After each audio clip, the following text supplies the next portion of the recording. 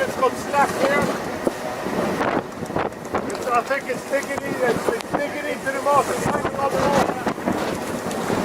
Let's get it up by the rig so we know that it's with the rig, okay?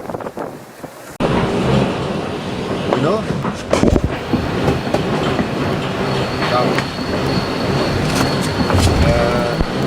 Tu es au courant ou pas?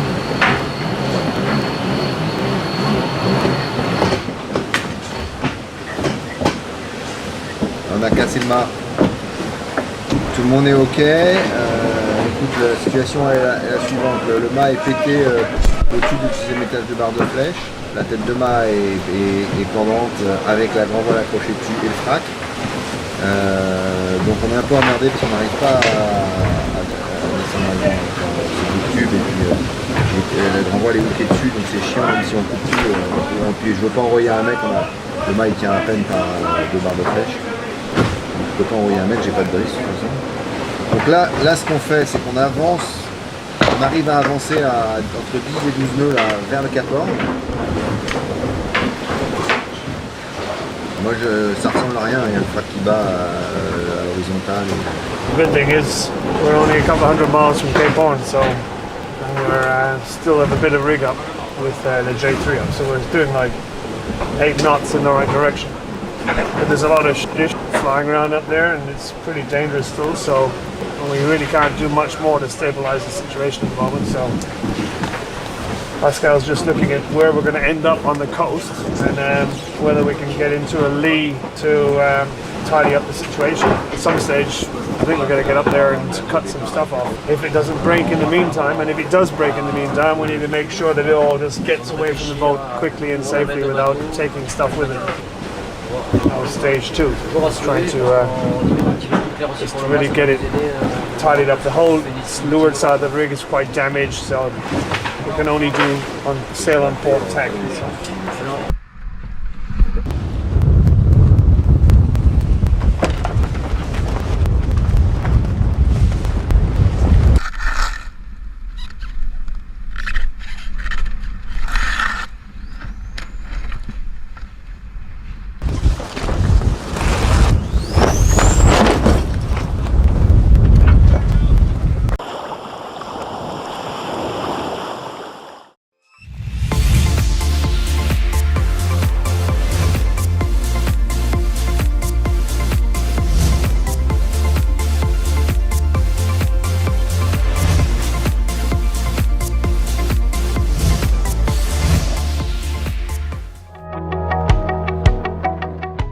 Race day 5 here at the 46th Trofeo Princess Sofia in Mallorca marked the last day of racing for some and qualification to Saturday's medal races for others. Clear frustration for some at having missed the top 10 cut and elation for others who advanced to another podium-deciding day of racing. Racing in the 2.4-metre Paralympic class and dragon keelboat kicked off on Wednesday, so they too will wrap up their series on Saturday. Their racetrack is set against the stunning backdrop of the Bay of Palma and the imposing Cathedral of Santa Maria of Palma, which stands proud above the city.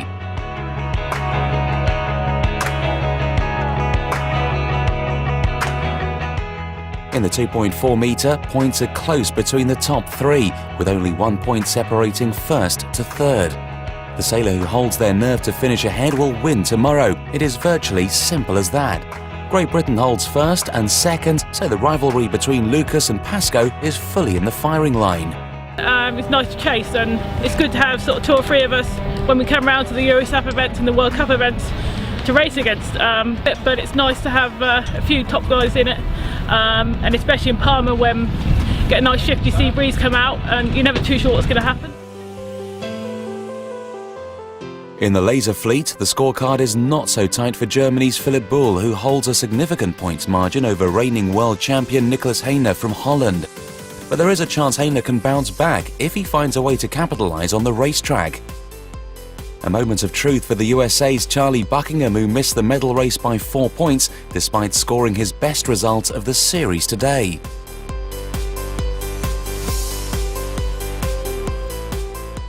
The 470 men fleet is down to a two-horse race for gold between Argentina's 2012 Olympic bronze medalists Calabresa and De La Fuente and 2012 Olympic silver medalist Patience with Crew Willis from Great Britain. Spain's Barreros and Cobello have to fight hard tomorrow to defend their bronze medal position from the chasing Japanese and Swedish teams, with just 1 point separating them. We are third now in the overall, and we are really happy because we are really comfortable in the boat, and we are really fast. And we were lucky because the other teams did not a good races, so we are fighting for the medals tomorrow. The majority of the sailors packed their equipment away today, reflecting on a series of soaring highs for some and jolting lows for others. Only the best survive to the medal race on Mallorca's beautiful Bay of Palma. Glory will come down to some smart decision-making. Do not miss it.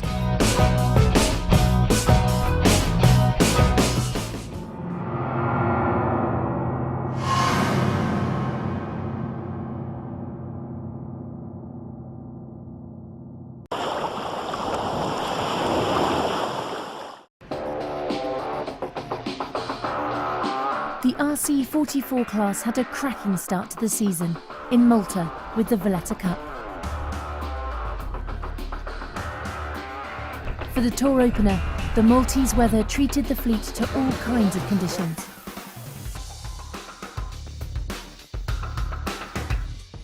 It was champagne sailing for the match racing on the first day of the event, as the team sailed inside the stunning Grand Harbour.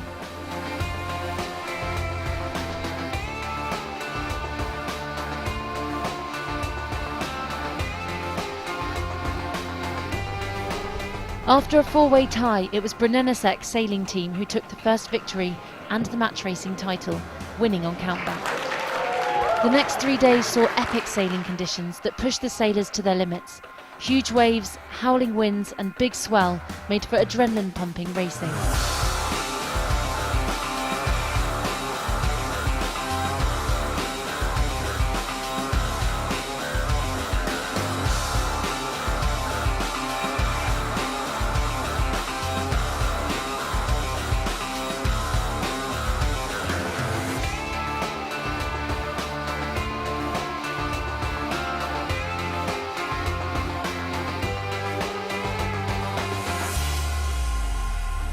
At the top of the leaderboard, the scores were tight going into the final day of racing, and for Charisma, Team Nika and Brunellesek, the event title was within touching distance. The pressure was on as the teams crossed the start line. First blood went to Team Serif, but Charisma followed in second place, bringing them ever closer to that trophy. The second race was do or die for Team Nika and Brunellesek, who needed a good result to keep up with Charisma. All three battled it out at the top mark, with Team Nika sneaking the lead. The boats continued the tussle around the course, but it was Team Nika who came up with the goods and crossed the finish line first. Race 3, the climax of the RC44 Valletta Cup. Team Nika stormed ahead again with the contenders in hot pursuit. An incident at the top mark allowed Charisma to overtake. Nico Poons and his tactician Ray Davies stormed downwind towards victory and the RC44 Valletta Cup fleet racing title. It's our fifth event in the class and first event of this season. It gives a good feeling. A fantastic team. The teamwork's been really good. We only had two sort of major crew work errors, which is actually really good in this regatta on these boats. Those conditions, it's really tough out there, and it's really important just to keep it as simple as you can. Yeah, Nico's very happy with how it's going for sure. You know, he puts a lot of effort in, as all the owners do, and it's just really nice to get rewarded with a win. Despite a valiant attempt to take the title, Team Nika was smiling runners-up at the RC44 Valletta Cup. It was pretty much like yesterday. It was pretty much the same, so the wind was up to 25 knots, and it's actually what all owners love. because you can go down very nicely, just to stay on the wave and go really fast.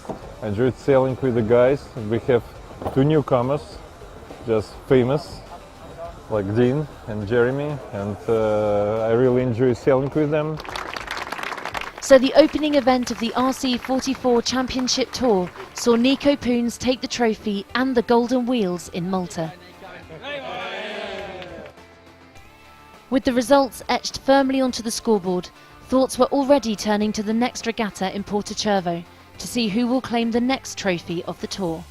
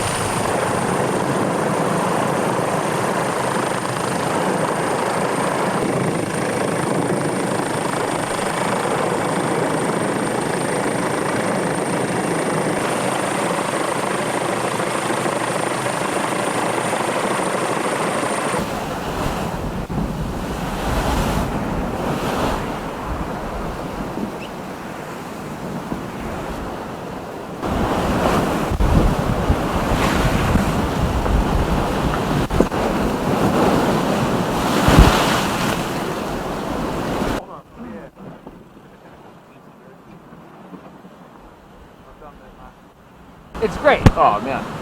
How many years have we been working on getting here? Well, I mean, a third of my life, and I'm old balls now, 30. So it's been a long time. Right, just gone past the line of longitude of Cape Horn. We're at 56 south and whatever it is west, I don't know, but it's right there. That's all you need to know, about 6 miles on our port side. Never knew whether I'd get to see it. Last time I came around I was 45 miles offshore and it was the middle of the night. So as you can see, big smiles.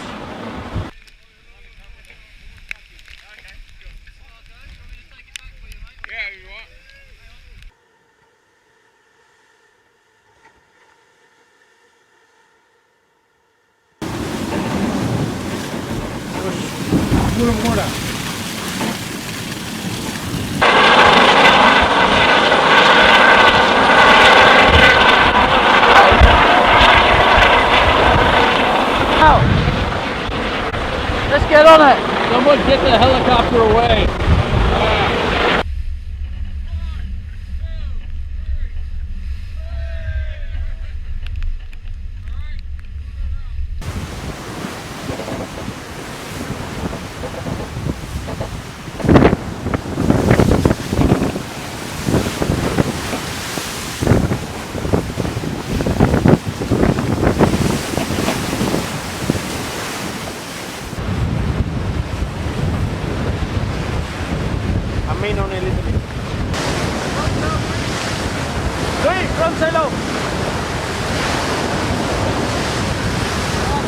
Come on, go.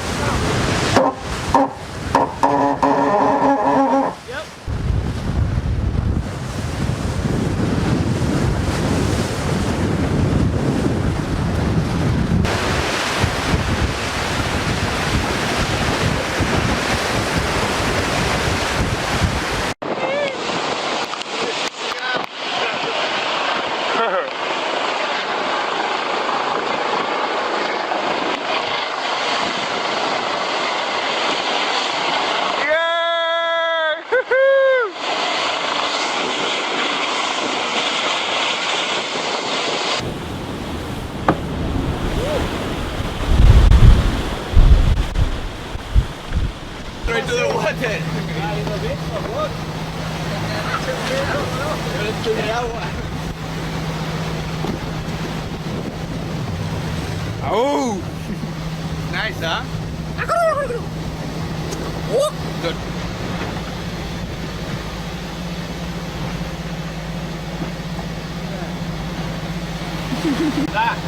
Ya, ayun. Oh, ¿es un personal de 5 años y de 10 años? Ese es de 10 años. No, es de 5 años.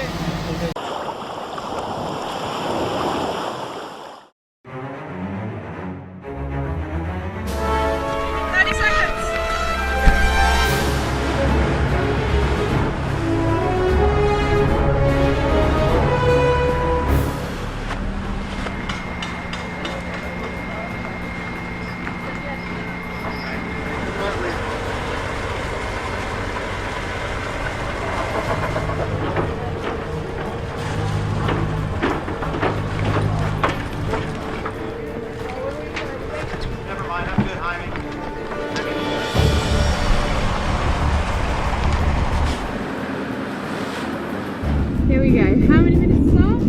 5. So the boat's Skull Oyster. She's a 25-year-old oyster. For the start, Ross, I'll keep the traveller in the middle and I'll drop straight after as soon as you call it, okay? So we got first in the festival, and yesterday we got a first, a second and a first. So yeah, pretty stoked. We're doing quite well so far. Yeah, and we've got quite a lot of girls on board. We wanted to do the BVI, and it's beautiful, and yeah, I'd love to come back. We're having a great week, so working hard because there aren't many of us on the boat, but we are. We're enjoying it. Oh, it's fantastic. We're staying in the hotel here and everything's on site, so it just makes it so easy just for going out drinking afterwards and then staggering back home. And so we've been really impressed so far, and yeah, looking forward to another race today. It's slightly lighter winds, which should be appreciated. Getting over a few bruises from yesterday, but I can't imagine myself sailing the UK again now because I just like wearing shorts and t-shirts, so it's just fantastic. Don't want to go back to brown water.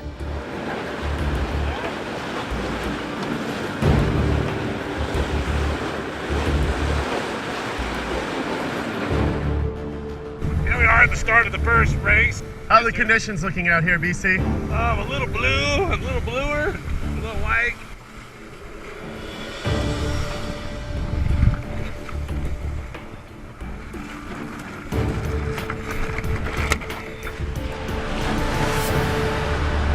We are all from Puerto Rico, and we've been sailing together for about 5 years, more or less.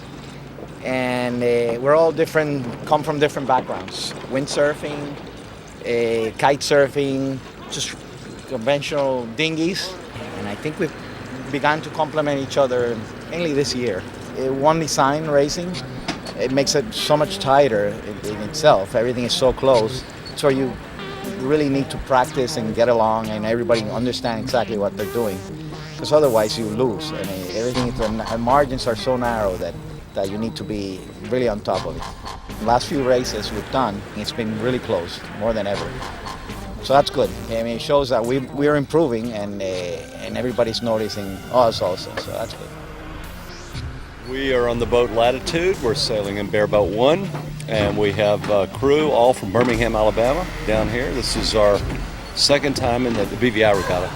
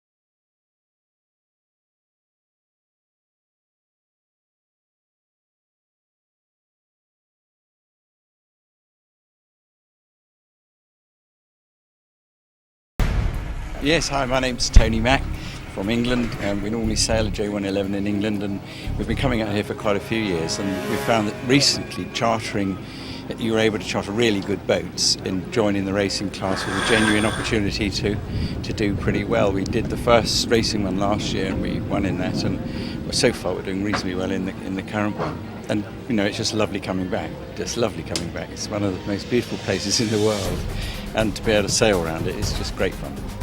And of course, in England, it's 8 degrees centigrade and with sideways rain, so it's really a not too difficult decision.